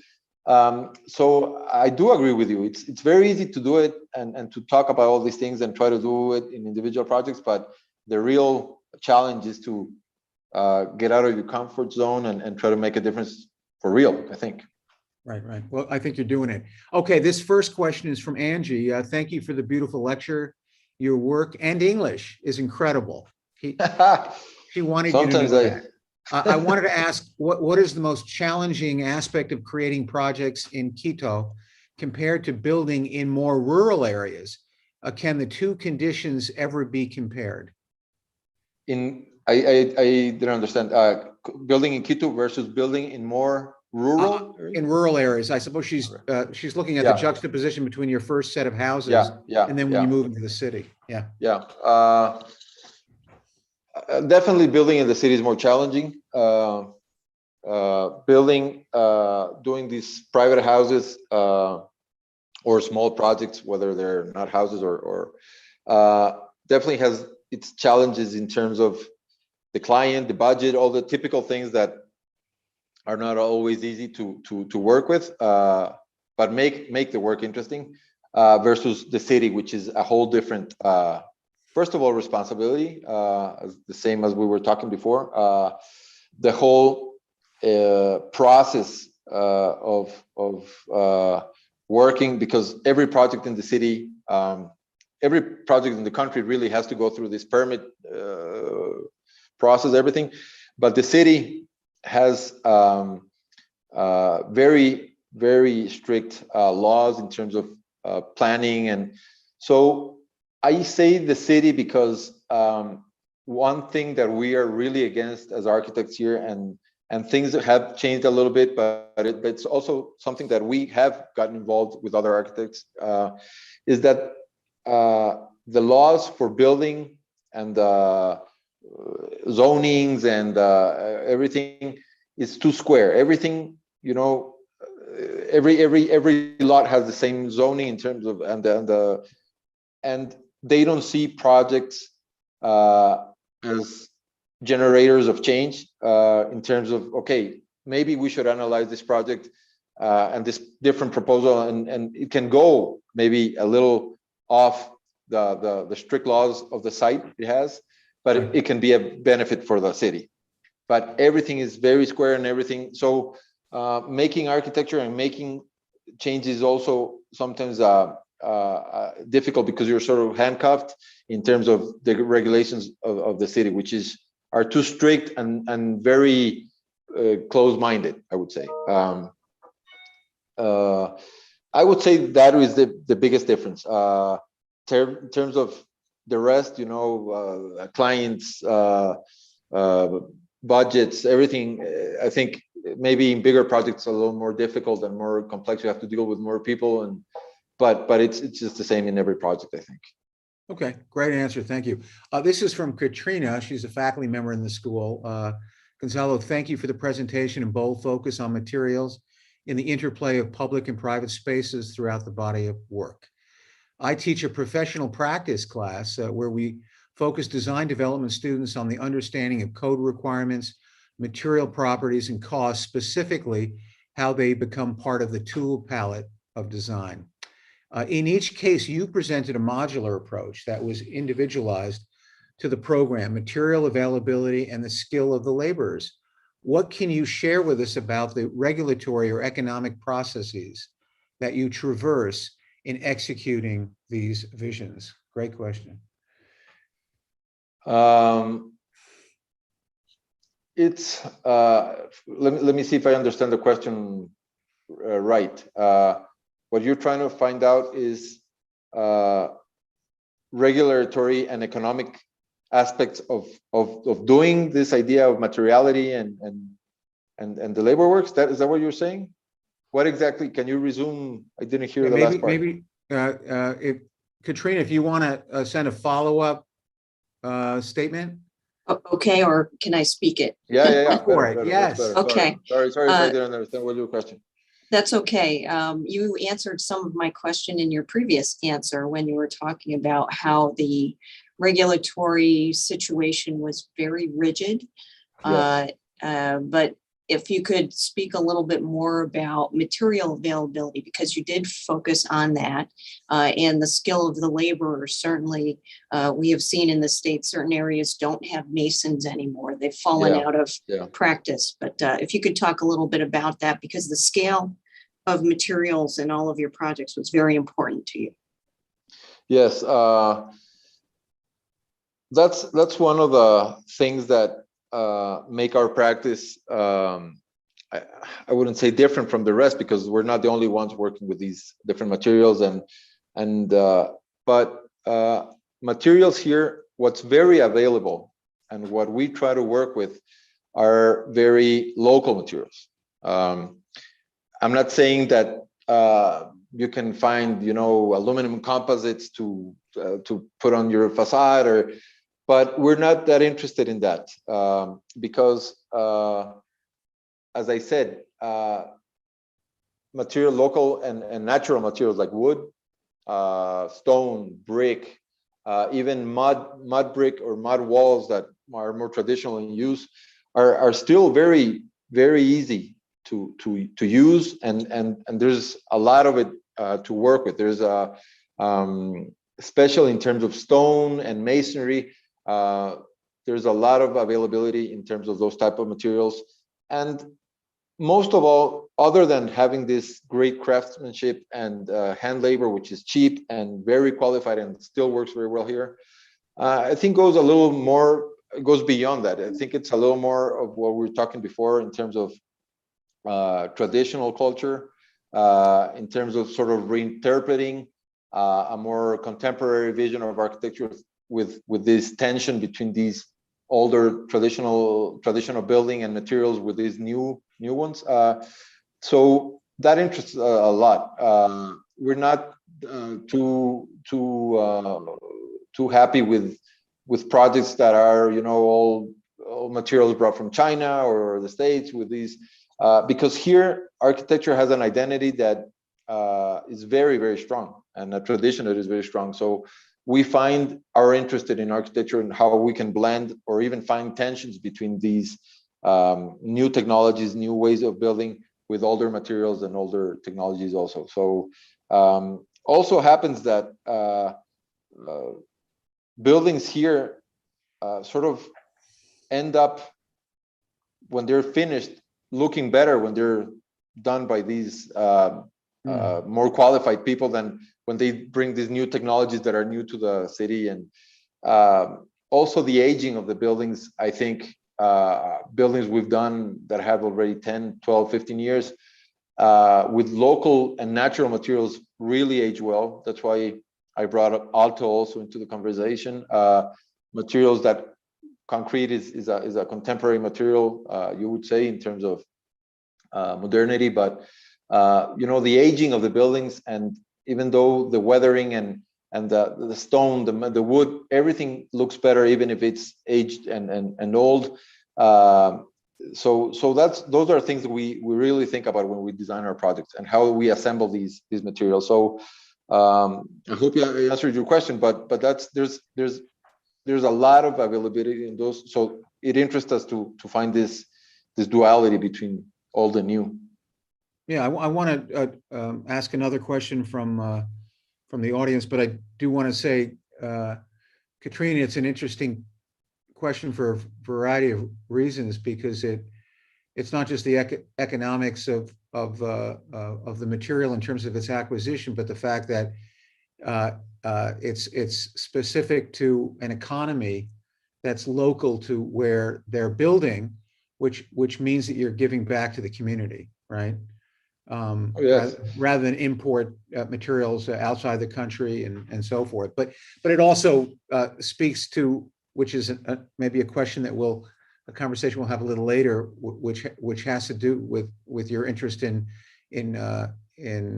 certain cultural imprints. In other words, the material, the inscription of the formwork, for instance, the wood formwork, has certain associations, and not only in terms of its method of construction, but maybe a whole legacy of how concrete or earth has been used in the context of building for over many, many years, and your desire to retain some inscription of that cultural memory. Exactly, and it's not only the cheapness, the availability, but that's what I was talking about, the tradition in terms of there are so many things you learn with these people every day on job sites. You specify a type of detail, whether it's on the wood form or the way we want to install a stone wall, or and you learn so much from these people who have these, I don't know, hundreds of years of ancestry of learning and passing the knowledge from generation to generation. And it definitely makes a big difference economic in terms of the local, people right now. There's a lot of companies bringing these new materials for windows, for all types of, and obviously that's a good business for them. But all these other people and communities that live off this really makes a difference. It's more difficult in bigger buildings because we need a little more refinement in terms of technology but in smaller houses we really work with artisans that we use the same carpenter for or three different carpenters for the same houses. We call the same guy up to do that. So it's people who are part of our lives and part of our work every day. It's not just, okay, we want to specify something different, call the company and bring it in. But it's you build relationships, you build, and that makes a big difference when you work and you propose your work. It's really gratifying. It's really joy. That's a very important comment. This is from Arian. Thank you, Gonzalo. Your work is stunning and truly inspirational. Would you talk a bit more about the wide range of media you use to explore your projects, i.e. models, sketches, watercolors, renderings, and how this approach enhances your design process? Is this typical for architects and designers in Ecuador and Quito? And I would just add, in the context, she's referring to certain media. I would add, what are some of your inspirations as well? That's a great question, because I'm in love with drawing, and first of all, I was trained when I finished school in '99, AutoCAD and renderings were already starting to go into the profession and the schools. But I would say that 80% of my classmates in that whole promotion did our thesis work by hand and building models with your hand. And I don't know if you can see, but this is a model that was, all these models are built by hand. They're not laser cut or not. So that part of the profession that is not only the design, but the process and how you represent the design is really, really interesting and important to us. I would answer in the question saying that less and less, at least here, the traditional mediums of work for architects are sort of disappearing. I wouldn't say disappear, but obviously technology and the computer are, I think, worldwide sort of taking over the more traditional drawing processes. And but being a cliche or not, I do believe that that whole process of sitting and drawing, and not only sketching and resolving, the trace paper but that whole idea of how you represent your ideas and doing a drawing that is not only to resolve a problem, but to represent an idea, even if it's only for the people in the office to think about it, or that has no replacement with neither the computer or the renderings. And we think renderings are obviously a part of the way we work, and we use the medium of the computer, and we've even used Grasshopper. There's these new guys in our office who every time more they're really into these new technologies where we sort of accept them but look at them from a little afar. But it's incredible how they lose the idea of representation more than the process itself, because the process can be made. I mean, a model made by hand, or the end result is sort of the same, but it's that process and the idea of representation. How you represent your ideas is very important to us. And I would say that we are one of the offices that draws and builds the most models here. We really not only think it's important for the development, but we really enjoy that process. Yeah, we do a lot of, I do a lot of watercolors, I do a lot of drawing, a lot of glue, and it ends up in the end in these presentation renderings and in these construction drawings, and it ends up in the same. But I do think that part of that sensibility that we have in our work has a lot to do with how we develop and the mediums that we use. I don't want to sound old-fashioned, but I do think that traditional way of working and that idea of the drawing and the mind and the eye and the idea that you build a model, a study model, and that sort of brings 10 more ideas in terms of what you want it to do. It makes a whole difference, and it's very important that people don't lose that. We use SketchUp, we use renderings, we use Rhino, everything we use is same, but I would say it's an office that really works on those types of processes and mediums, and our processes that, at least in schools here, are being lost. They invite us to juries in schools for projects or theses, and you see these ideas or drawings with not much life and not much, you don't see the ideas in the drawings. You see these very plain AutoCAD drawings that don't tell you much. And so that's one thing that we're working with a lot of schools here, because we do have relationships with schools, that whether it's hand-drawn or painting or computer drawings or Photoshop or whatever, more than the medium itself, on how you represent, it's how you process and represent your ideas. That's the key. Whatever it is. Yeah. I mean, I'm not saying that people have to keep drawing by hand like I do. Right. And kids hearing my lecture may think I'm an old guy, but whatever it is you do, it's about how you don't lose that force and that power of representation, which has been what is architecture. No. This is look.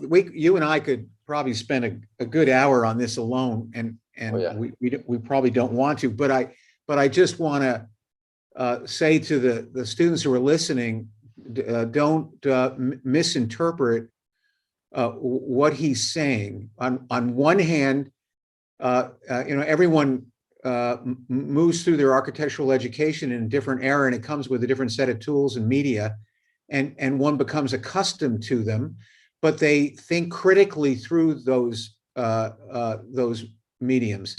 And while they're fundamentally different than the ones, and I'm talking about the watercolors, for instance, than the computer that these guys are working with now, and the models are similar because they're building with models. There is something that I did want to again call attention to, because I thought the watercolors were extraordinary, not only because you have a beautiful hand, you draw really well, which means that there's a spontaneity and a kind of there's a kind of electricity that moves from anyone who draws well, right? Between your mind, your Yes. head, your heart, and the piece of paper. So it's an extension of your imagination. But I would call attention to the fact, again, to the students, he's looking for the identity of the building, often through perspectival vantage points. In other words, what would you see if you stood in that particular point, coordinate in space, whether you're looking out of the building into the landscape, whether you're looking through the facade into a courtyard, whether you're looking from a tower out to the city, because those perspectival drawings inform the design priorities of the scheme. They're not post assignment drawings, and maybe I'm speaking for you on this one. They're not intended it's to exactly promote what it the is. building to the developer as much as they're teaching learning opportunities. They're part of the process, and kind of processional interrogation of the work. And that's really, really important. And we've lost in this era the recognition that the body and the eye needs to move through space and becomes one of a number of different points of reference from which to develop the architecture. Exactly. And the final presentation drawing, you can hire somebody to do it. You know, the client, usually a lot of the renderings we present to clients, we don't even do them here in the office. You know, what we do in the office is, even whether it's computer or not, it's a process to inform your process of design, for you to get new ideas, for you to understand what you're trying to do, for you to understand the space you're trying to make, and whatever the medium, as I said, that's what's important. It's not a final presentation drawing that you do at the end once everything is already designed. So somebody else can do those for you, you know.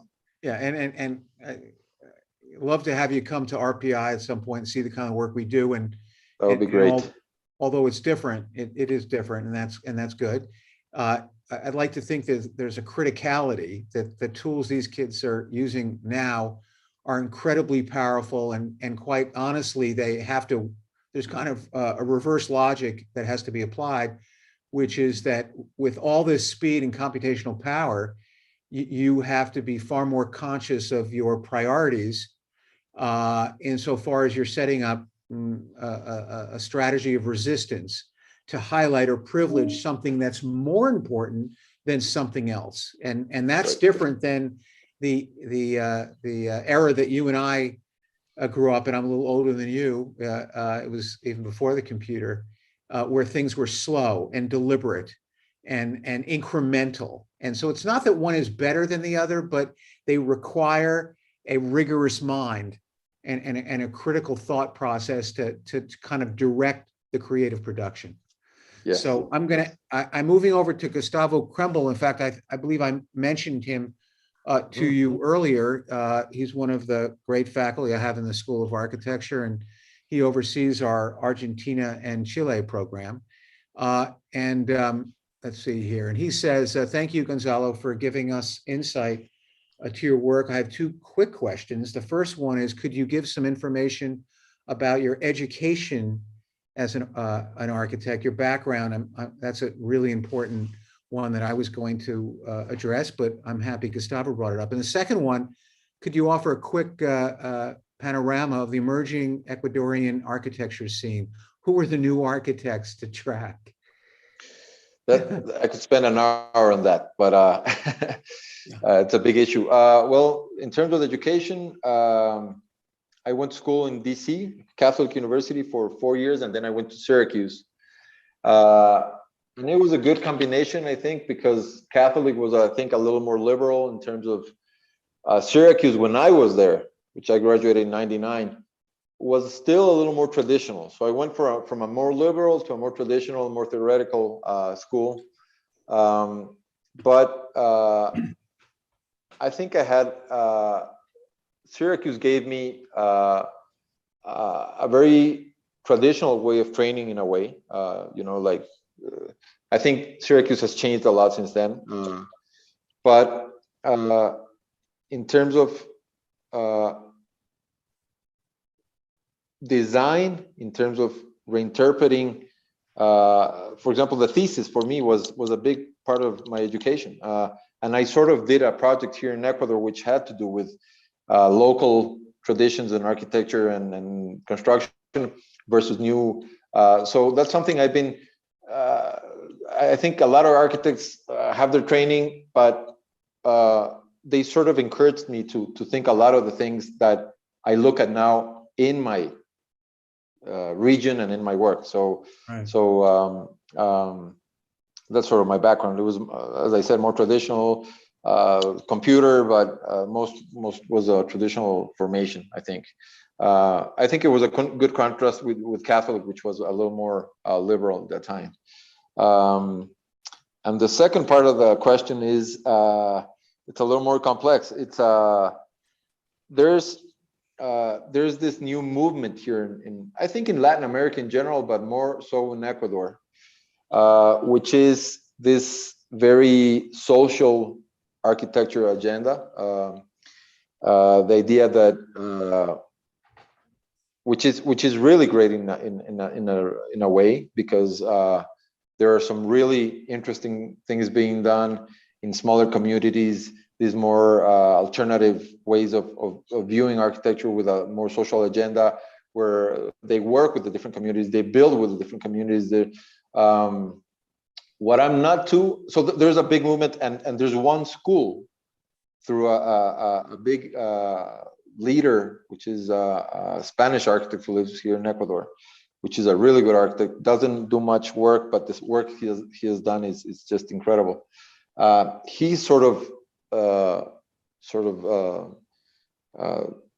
taken over this discourse in this school, and it's a discourse that works very well in these developing countries, but because it's doing architecture with very little medium, with very little money, and so it's gotten very popular, you know, because everybody can be an important architect and do a little hot 1x1, which is has not, but which is really good, and I'm not against it. What I'm not too fond of that movement, which has gotten pretty big here, is that, as I said, the core values and the processes of real, I'm not saying real because the other one I do think is architecture too, have gotten a little bit lost, you know. It's doing a building, whether it's a house or a bigger building, it's a very painstaking process, Right. as much as enjoyable as it is. But it's you know, the idea of working with doing drawings, real drawings to build a building, to build a detail, to build a house, to build a joint, that is being sort of replaced with people who go with the community and get a bunch of bamboo and do these tiny interventions that are very poetical, and they take these amazing pictures that and that's gotten very big, and that for people who work in Europe or in the States, it's very attractive also, you know, because it's very different, and it's but these guys in a way lose the real meaning of architecture, which is material, light, construction. In the end, it's a poetical way of constructing, and that's what architecture is. So and making beauty. So I'm not against that architecture, but it's gotten very big, and it's sort of displaced architects who are doing, I'm not saying real buildings, because I keep saying that what stuff they're doing is not real, but they sort of look at you with ugly eyes, you know, like you guys are working with big buildings and then the social area, the agenda, and so I don't know. I'm not against it, but I think it's gotten overboard. And what I don't agree with is that all the young people who are finishing school and going through school see this new movement as real architecture, because it's very easy to do. Can I add something? And this is just maybe how I interpret it, because it's not necessarily specific to your country, but it represents another school of thought, which is maybe moving from the bottom up, certainly with less capital and you could argue that it's about, it may expand in terms of community design where there's a multiplicity of authors, some of them non-architects that are participating. Yeah, which is great. Right, but rather than propose, and I'm just weighing in on this, that it's an either or proposition. It seems to me that there are a multiplicity of strategies of intervening, let's say, into the city, and the modes of production can be fundamentally different, and they should both coexist. I think where the Yes. problem is, and you said it at the end of your commentary, is that there's some kind of judgment imposed on the discipline, the discipline, The traditional discipline. the traditional discipline, as though there's some class Yeah, struggle here yeah, that suggests that one has any less integrity or kind of moral core than the other. That, to me, that's not necessary. It's not Yeah. productive. I agree completely. yeah. That's one big part of the problem, which you hit it right on the nail. The other one is that because it's this sort of ephemeral, easy architecture to do, because I can do, this tiny project and take nice pictures and get really good coverage on that, that students think that's the new, and they're not looking a little farther in terms of the real city, Yeah. Instead of these guys who are very talented people getting a little more involved in buildings in the city. I'm not saying that they have to start working with developers, but the cities are growing, and 98% of the projects that are being done are not really good quality, because Right. these guys are not pushing their limits to go and do something a little more important not for themselves, because maybe they enjoy what they do and they love it, but in terms of the city, and they start discriminating these other architects who are really getting involved in bigger projects and bigger issues in the city, Right. So it's It's interesting. it's sort of getting these ideas which are really valuable, and sort of making it how would I say, they I don't know how to say it, but they're doing this, they're getting going through the easy way out. Not in terms of doing this type of architecture, but they're not getting involved in more important issues. No, that it seems to me that it's everything's political, but it takes on a kind of partisan swerve. It's just simply not productive. But I have as much appreciation and respect for the informal as I don't the formal or the impermanence with the permanence. And but did you want to, and maybe you don't, were there certain firms that you wanted to call attention to that you thought were doing interesting work as emerging architects? Or yes, let's see. There's a young firm, really young, and they're doing small stuff, but they're doing really interesting stuff, and it's also very traditional oriented, called Rama, R-A-M-A, Rama Studio. They're good. Let me see who else is doing some good work. There's a really good office here called Arquitectura X. They do some interesting work here.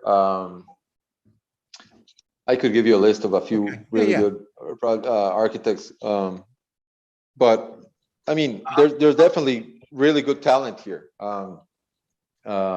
and some of them are just starting. They're younger generations. Some are a little older, but there's a really good group of architects from my generation or even younger that are doing some interesting things. Yeah, I mean, and just to provide some context for the question that Gustavo was asking there, it's not about, just naming names. Gustavo and I, and many of my colleagues at school, are really fascinated by the range and diversity of creative production within the architectural community throughout Latin America. Yes. And as we all know, the media, especially in the US, or for that matter everywhere, but is quite biased.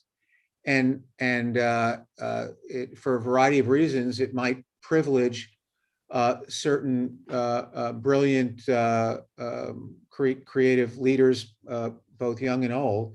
And there's a lot of things happening in Latin America that are just absolutely extraordinary, and you just don't hear about it. I really enjoy kind of doing the hard work to discover architects that I hadn't known about, like you and your partner, and it's very exciting. And I think it's really important that one brings attention to the work that you guys are doing. And before I move on to another question, I just wanted to say that I didn't speak to the last project, which I actually think it's one of the most extraordinary projects that you've made, and for a variety of reasons. One of them has to do with that, and I don't want to oversimplify the work because it's not simple. There's a whole constellation of interest that you guys have, and you certainly that was part of the structure of the lecture. But there appears, and now I'm going to kind of talk about maybe the tectonics and some of the kind of formal strategies that you've been using throughout your career. One of them has been to reaffirm the kind of boundary condition of buildings through the solidity of walls, stone, concrete, and so forth.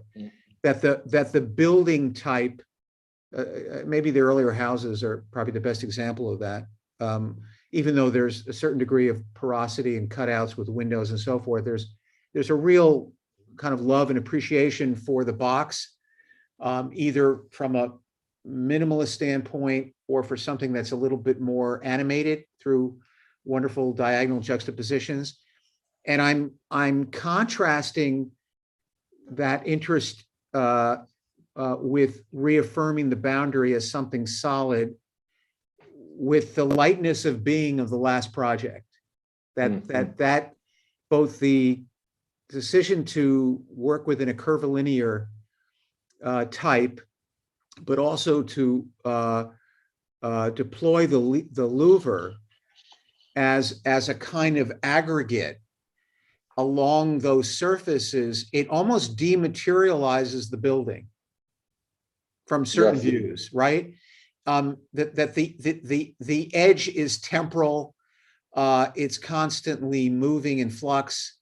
It set up a beautiful kind of border wall screen to the inner buildings in the back. I mean, it was fantastic from a kind of planning strategy, but I think that this appears to be a kind of new territory that you've moved into. I don't see it as a stylistic move. I actually think that there's something that is moving away from a compositional, a kind of the prioritizing the composition and what the building looks like, and more, in quotes, how it behaves. Yes, and yeah, I agree. Sorry to interrupt. I just wanted to add one thing to you have to remember that that's one of the things that, going back to that question of my training and it was about that classical training of composition, of facade, of even if you were studying, you're trained in a modern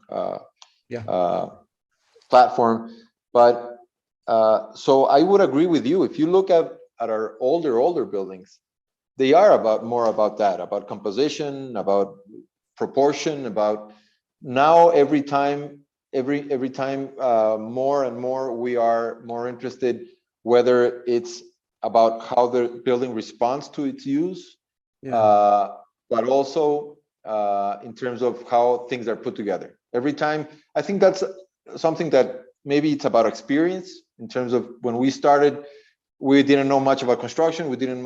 You learn and learn and learn, and that's what happened to us. We become every time more. When we design our buildings now, we're, other than space and light, we're really thinking about how we're going to put them together, and materials, and about assemblage, and and the response it has to other I don't know, external contexts that are not only the box, you know, the resolution of the beautiful box.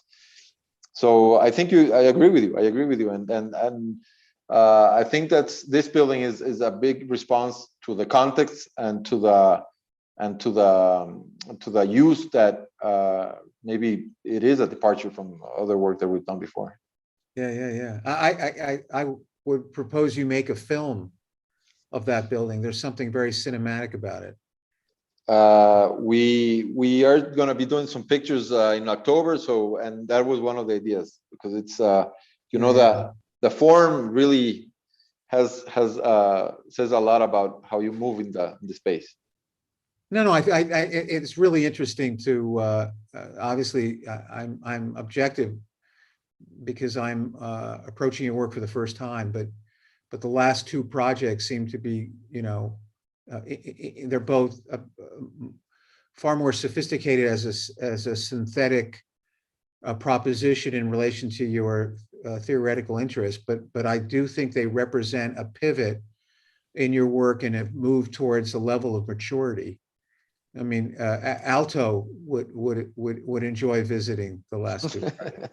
Herman Hertzberger and Alto, and Yes. a few others. Ted Krieger, again, one of my distinguished faculty in the school and administrative leaders. He says here, I very much enjoyed seeing your work and process. Thank you. The sun is a powerful force, as you noted, and becomes a factor in your work. The earth is a powerful force as well. Are your design decisions influenced by seismic conditions in which you build, as something to be considered, or perhaps as a partner in the creative design process? Yeah, seismic conditions are definitely a big part of our life here. We shake every month, at least once a month. Wow. But more than seismic conditions, I think that idea and that observation about the earth and how we that's why it interests me what you said about before about the lightness versus you see most of our projects are really grounded on the earth, and that's a very traditional way of you know, ancestral, you know, the Incas here, the earth, the sun, and those things were for a reason were so important to them, and so it comes from a very long tradition up to very recently. I mean, you still go to, because of the topography and all these conditions, the idea of the wall, the retaining wall, not the wall, the division wall, but it's more about containment. It's such a big part of architecture here, and we've tried to explore it in so many ways, you know, in terms of going with it, going against, you know, that's just that simple element as a wall has so many meanings here and so many ways to be explored. So I would agree in terms of in bigger projects. I think seismic things have much more impact because of now that we're doing taller towers, and those really have big impacts here because we do live in a seismic and we're supposedly waiting for a big one to hit us soon. I don't know if it's going to happen or not, but in smaller projects, small houses, it's more about a conceptual idea of the ground than and the limits and how we limit space and the courtyard and how we shade those spaces, those exterior spaces because of the sun, and the walls and the earth and the materials that come from the earth become such a big part of our interest. Maybe as a follow-up question to that, Gonzalo, is the role of the engineer in your office, or for that matter, experts that are highly specialized, and to what extent are they brought in the formative stage of any project, or they arrive at a point which is far more common, which is after the design has been developed and you're trying to kind of work out the technological identity of things? Yeah, I would say that smaller projects like houses and they usually come later on because structural and technical ideas, unless there's something out of the common that sometimes we do propose, they're a little easier to pre-think or rationalize before an engineer comes. In bigger projects, and depends on what you're proposing, they definitely come much earlier. For example, Novopan, the last project I showed you, as I said, there's the whole project was this skeleton, concrete skeleton, which post-tension floor slabs. There's a couple of volumes, one which is the meeting room, the main meeting room is 25 feet cantilevered, and the whole way the section of the skeleton works, and those beams that sort of wing into the cantilever. We definitely work with specialists and engineers. At least in that project, it came very soon. It came very soon because the structure and the technical part was so part of the architecture, of the design, that we had to take a certain solid steps from the beginning. It's not something that you're going to cover later on or resolve, put a brace somewhere and not be seen. Everything had a logic and was part of the architecture in that project. So I would say in those type of projects, they come very early, and not just the structural, but and many consultants that you have to deal with in these very more complex buildings. Gonzalo, thank you. It's 9 o'clock. I don't know what time is it there, by the way. 8. Okay. I can go for another hour. No. Of course you can. But listen, I want to really thank you for taking time out. I think it's an extraordinary practice. It's an amazing body of work, and the range of brilliance in only a short period of time is quite impressive. And obviously you've got a long career ahead of you, and I can't wait to follow it and get to see some amazing things. And we're going to have you come to the school as soon as COVID is over. Great. I'll be able to invite friends of the school, and you're part of that family. Are there any maybe final comments or words of wisdom you want to share with the students before we leave? Well, no, first of all, thank you for the invitation. This was more than a joy for me to be part of this. We are always happy with Felipe, me, and to be part of schools and the academic relationship. It's always very gratifying thinking that I was just a student 20 years ago. But I just wanted to say that from the little investigation that I've been able to see in what you're doing in the school and the work I've been able to see, and I also want to congratulate you because it's some really great things that I saw being done there. And RPI has always been a reference in terms of education, and so no, that's something to congratulate. And hopefully, yeah, I would be awesome if I could go visit you sometime and see some things in person and meet you in person. So that's it. Thank you for the invitation, and it was so great meeting you. Thanks for everybody who listened to the whole lecture. I hope it wasn't too long, too boring, and I'm glad you liked the work. Thank you very much. And one last question: Do you have interns in your office? If any of our Yes, we do. Yes, we do, and we take interns all the time. All right.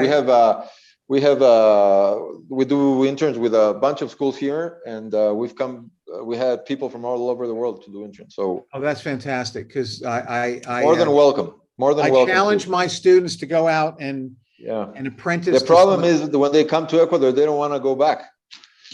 Well, that's okay. But they should be around brilliant people like you. So Gonzalo, thank you. No, definitely. Terrific. Thank you very much. And let's keep in touch. Say hello to your partner. Yes. Maybe the next time I'll get to meet him. Yes. Thank you again. Definitely keep in touch, and thank you everybody for your time. Sounds great.